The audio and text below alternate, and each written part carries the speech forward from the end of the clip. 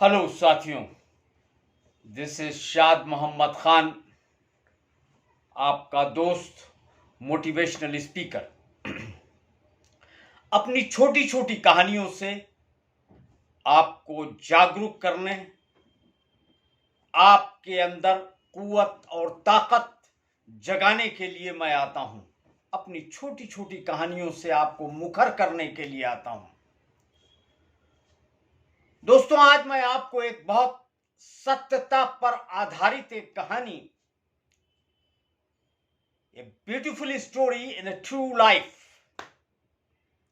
जिंदगी की सच्चाई देखिए क्या है, इंसान के नजरिए क्या हैं और कितने नजरियात से वो गलत सोचता है। एक बाबा थे जिन्होंने घोर तप किया। तप करने के बाद, तपस्या करने के बाद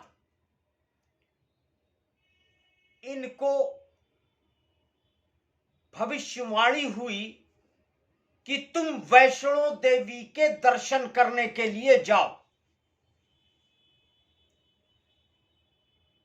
इन्होंने एक बहुत बड़ी सी गठरी बनाई अपने कपड़ों से, बहुत खुश हुए कि हमको दर्शन मिल गए और हम जा रहे हैं अब दर्शन करने के लिए।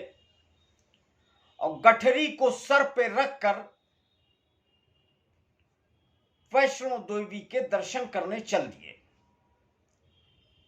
कई दिनों के सफर के बाद ये पहाड़ी चढ़ने लगे। जिस वक्त ये पहाड़ी चढ़ रहे थे, इन्होंने देखा कि एक बच्ची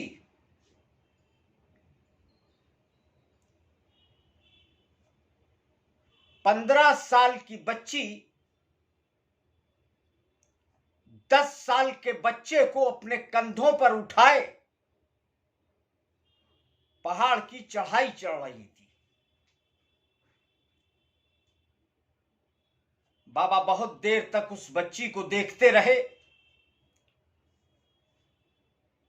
बेचारी 2 जीना चढ़ती, फिर बैठ जाती, चढ़ती और फिर बैठ जाती। बाबा को तरस आया।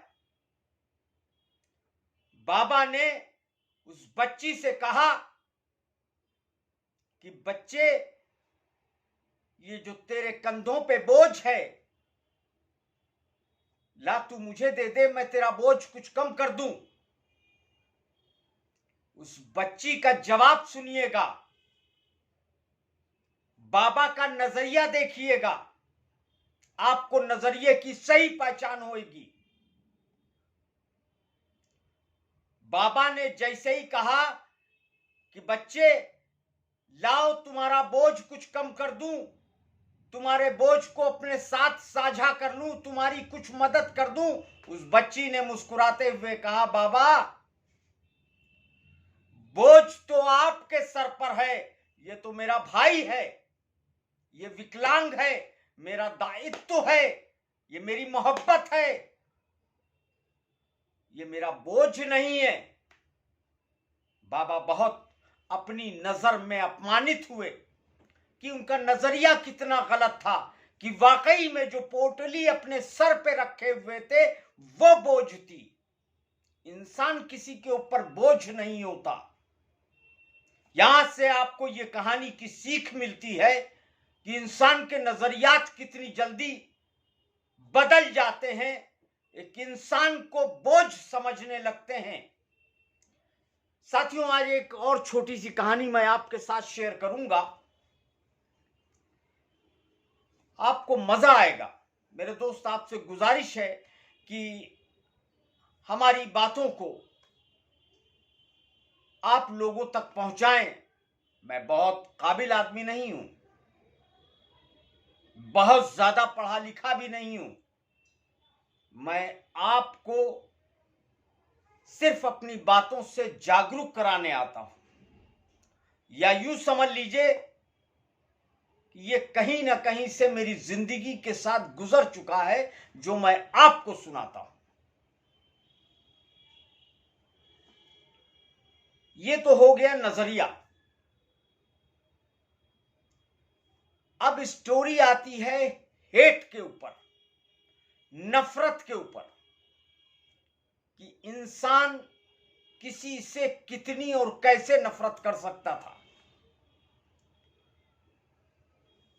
मेरे दोस्त, एक लड़का एक लड़की से बेइंतहा प्यार करता था। उसके घर वालों ने मना किया कि ये लड़की तुम्हारे काबिल नहीं है। क्यों? क्योंकि वो लड़की अंधी थी। लेकिन लड़के ने किसी की बात नहीं मानी। लड़की ने खुद कहा कि मैं तुम्हारे लायक नहीं हूं, तुम अपने लिए कोई और जीवन साथी तलाश कर लो। वो मुस्कुराता और हर शख्स से उसने बगावत कर दी। होते करते 2 साल, 3 साल, 4 साल गुजर गए। एक दिन वो ले गया उस लड़की को हॉस्पिटल में, चेकअप कराया और उसके आंखों की रोशनी वापस आ गई। ऑपरेशन हुआ, रोशनी वापस आई।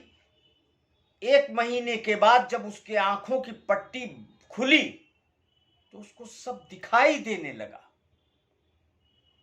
साफ साफ दिखाई देने लगा।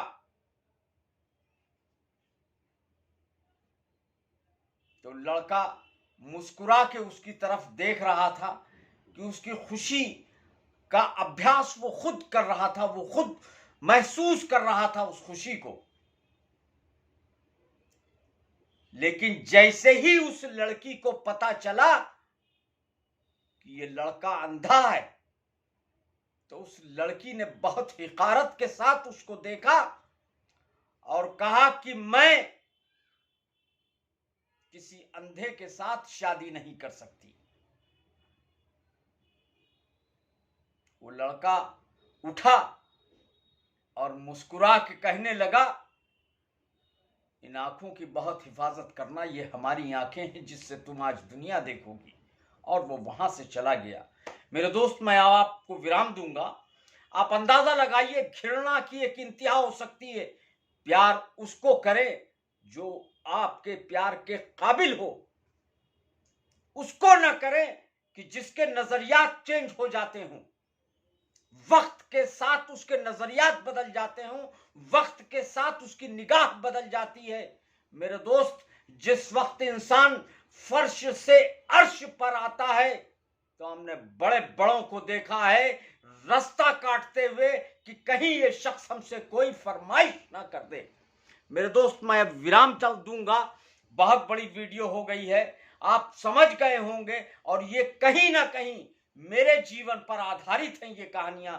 मेरे दोस्त, बहुत मोहब्बतों के साथ आप अपना ख्याल रखिएगा और दिल चाहे तो हमारे वीडियो को शेयर कर दीजिएगा, सब्सक्राइब कीजिएगा हमारे चैनल को। हम सत्यता पर आधारित आपको कहानियां सुनाते हैं।